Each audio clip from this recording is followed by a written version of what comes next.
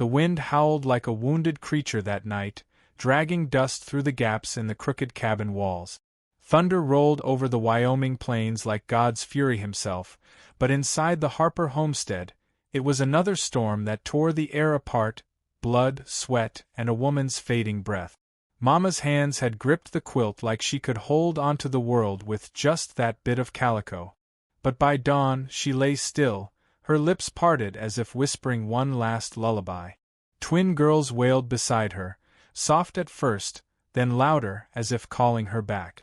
She didn't stir. Royce Harper stood over her with wild eyes and a heart cracked in places no one could reach. The fire popped behind him, casting shadows across his gaunt face.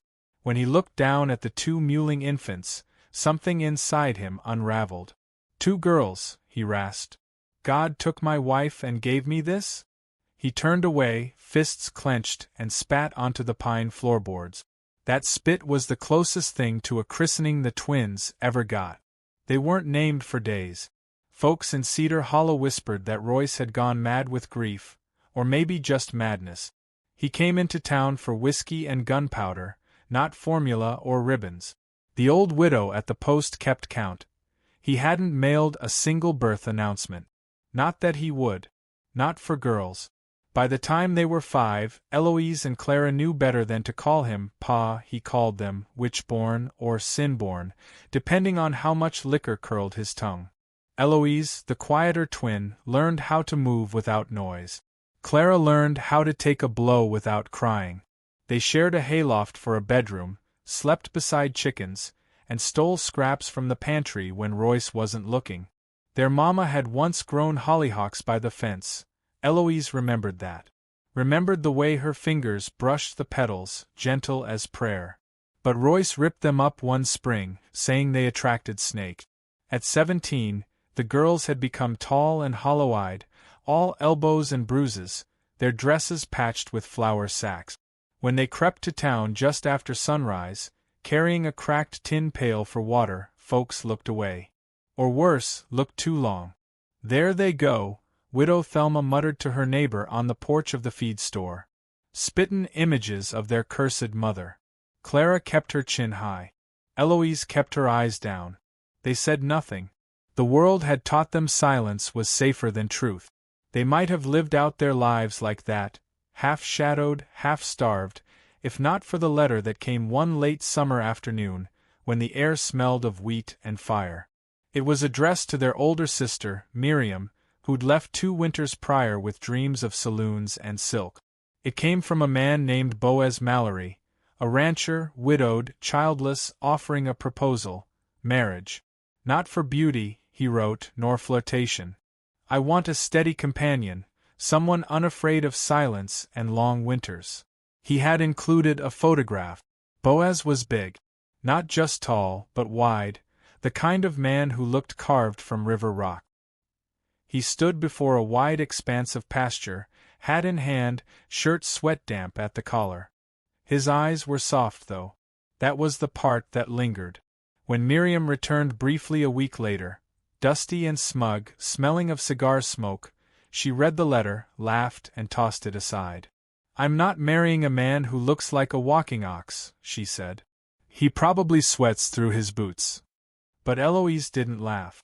She picked up the letter and smoothed it flat with trembling fingers. There was something in Boaz's words, plain, deliberate, that made her heart ache. She read the line again. Asterisk, I want someone unafraid of silence. Asterisk, she was unafraid of silence. It had raised her. Royce didn't take the news of Miriam's departure well. The morning after she vanished for good, he stormed in, found the letter tucked beneath Eloise's blanket, and yanked it out. His face turned the color of bruised apples. You think some man wants a sack of curses like you, he shouted, shoving Eloise to the floor.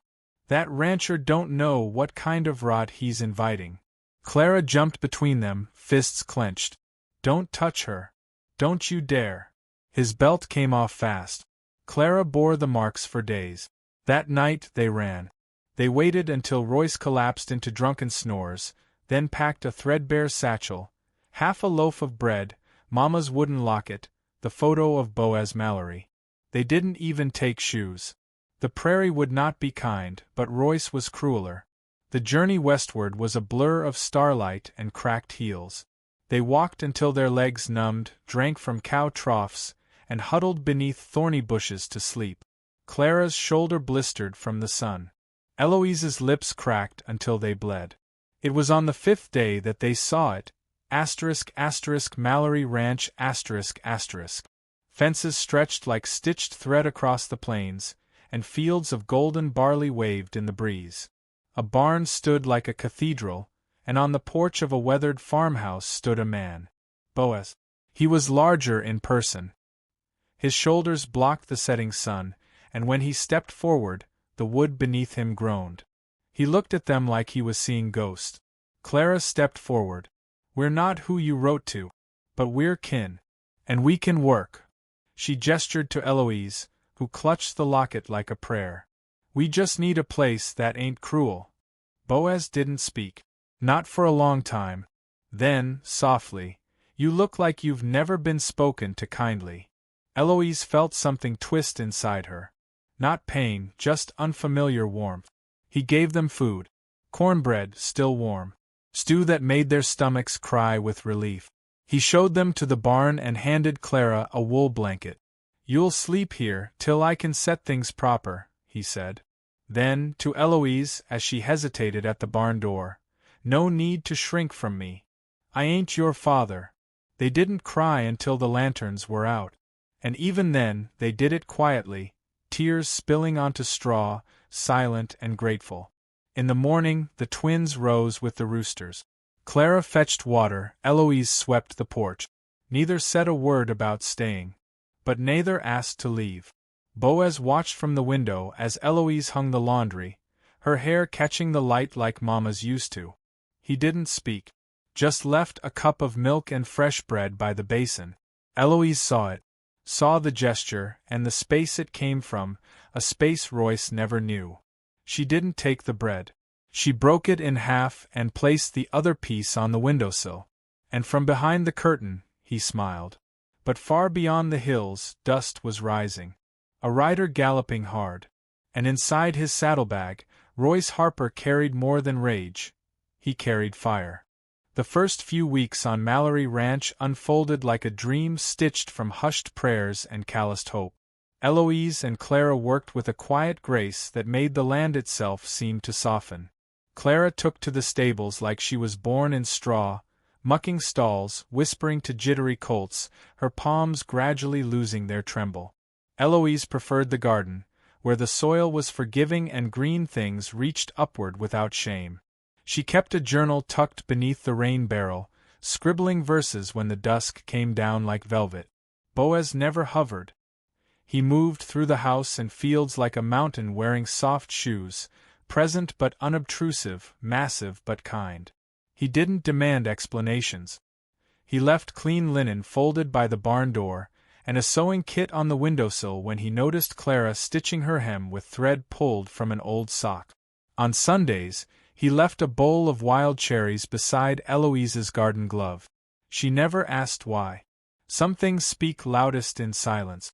Cedar Hollow didn't understand. Whispers bloomed like weeds. Widow Thelma's voice was the loudest, curling through porches and picket fences like smoke. "Took in the Harper twins," she hissed. "One's a witch, and the other's not far behind." Eloise overheard it once at the market, when Boaz sent her for flour and salt. She didn't flinch, just moved slower, chin high, like Mama used to walk before the world took her softness. Boaz noticed. He always noticed. One afternoon, as Clara hauled water from the well, Eloise found a parcel waiting on the porch. A ribbon, sky blue, its texture soft as river breeze. No note. No fuss. Just the ribbon, carefully folded. She wore it to supper, hair drawn back, her nape bare. Boaz looked once. That was enough. But peace, as the twins learned early, was borrowed time. The day Royce returned, the clouds sat low and sulphurous. He came like a plague, dust-streaked, snarling, fists heavy with purpose. Eloise saw him first from the garden and froze, heart clutched by old memories. Clara was at the corral, but Boaz reached the gate before either could move. Royce dismounted with the jerking grace of a man held together by hate. "Where are they?" he growled, pushing past the fence. "My daughters. My blood." Boaz stood square and still, hat in hand, voice low. "Ain't nothing here belongs to you," Royce sneered. "You think feeding them slop makes you their savior? You don't know what you took." "I know what I gave," Boaz replied. "Peace, bread, a place to lay down unafraid. They're mine." Boaz didn't blink. "No. You forfeited that." Royce's hand twitched toward the holster. Boaz's didn't move. Silence stretched like a drawn bowstring. A single hawk screamed high overhead. Clara arrived then, eyes blazing. She stepped beside Boaz and said nothing, just stared at the man who had broken her sister's voice and her own bones. Royce looked away first. He left spitting curses, dust curling behind him like smoke. But peace, once cracked, lets wind in through the seams. That night Eloise couldn't sleep. The barn creaked with the memories she couldn't lock away. Somewhere outside, a coyote cried. Clara sat up, blanket slipping from her shoulder. "He'll come back," she whispered. "He always does." Boaz lit the lantern before sunrise. He didn't speak of Royce, just handed each girl a cup of milk and a piece of honey bread. His hand brushed Eloise's as he passed her the cup. Neither flinched. Later that day, a curl of smoke rose from the north field. It began small, an ember tucked inside a bale of hay, likely tossed through the fence. By the time Clara saw the flames, the barn roof was whispering its death song. Boaz ran into the smoke without hesitation, hacking at the fire with a wet burlap sack. Clara joined him, face streaked with soot. Eloise followed, carrying pails of water that felt too small, too late. When it was done, half the hay was gone, the wall scorched, and Boaz's hands blistered. Still, he smiled. "Could have been worse," he said, voice rasping. "The animals are safe." That night, Eloise brought him a bowl of salve. She didn't speak, just knelt beside him as he sat on the porch steps, hands open like cracked bark. She unwrapped the cloths and applied the ointment in slow, tender strokes. Her fingers trembled, not from fear, but from the weight of touch after so many years without it. He watched her, eyes steady, voice quiet. "You remind me of someone." "Who?" "Someone who believed in things growing even after fire." She paused. "That's a good thing to believe." The next morning, Boaz didn't saddle up for town like usual. Instead, he walked with Clara to the corral, letting her show him the new mare's limp. He nodded as she spoke, then handed her the reins. "You've got the touch," he said. "Horses know." Clara's face shifted, something small, unguarded. She smiled. Not wide, but real. The following week, Cedar Hollow hosted the Fall Harvest Festival. Boaz didn't usually go, but this time, he asked if they might want to. Clara agreed quickly, her voice light. Eloise hesitated, but Boaz turned to her gently. "Might be good to see the sky from someplace new." So they went. The town square bustled with music and cider. Lanterns swayed from tree limbs, and fiddle songs danced across the dirt. Clara blended quickly, braiding hair with other girls, laughing too loud for the first time in years. Eloise stood at the edge, ribbons still in her hair, watching. Boaz found her by the cider stand. "Don't much care for crowds either," he said. She smiled. "But you came." He looked at her. "I ain't afraid of quiet. And I've learned quiet doesn't mean empty." They didn't dance.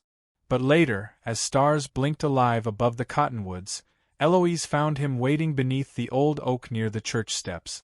She walked toward him, steps slow, unsure. He offered his hand, wordless.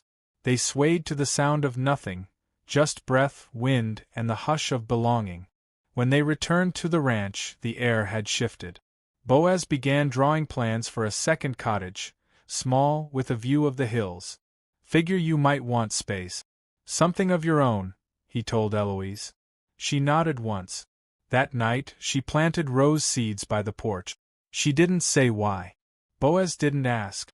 Clara announced she'd be leaving soon, heading west to Carson City to study with a traveling midwife. "It's time," she said. "I want my name to mean something besides what he gave me." Eloise held her tight, longer than either expected. And Boaz, that evening, hammered the last nail into a wooden sign by the gate. "Mallory Ranch, all welcome who carry burdens light or heavy. But burdens have a way of finding you again." At dusk, a stranger came riding up the hill, tall in the saddle, face half hidden beneath a wide hat. Boaz stepped out, wiping his hands on his trousers. Eloise stood frozen beside the rose bush, her spade still in hand. The rider dismounted. He walked slow. He carried a saddlebag, and from within it, he pulled a charred piece of fabric, sky-blue ribbon, burned at the edge. He smiled, teeth crooked as fence wire. "You thought fire was the end?" Royce said. "Nah. That was just the beginning."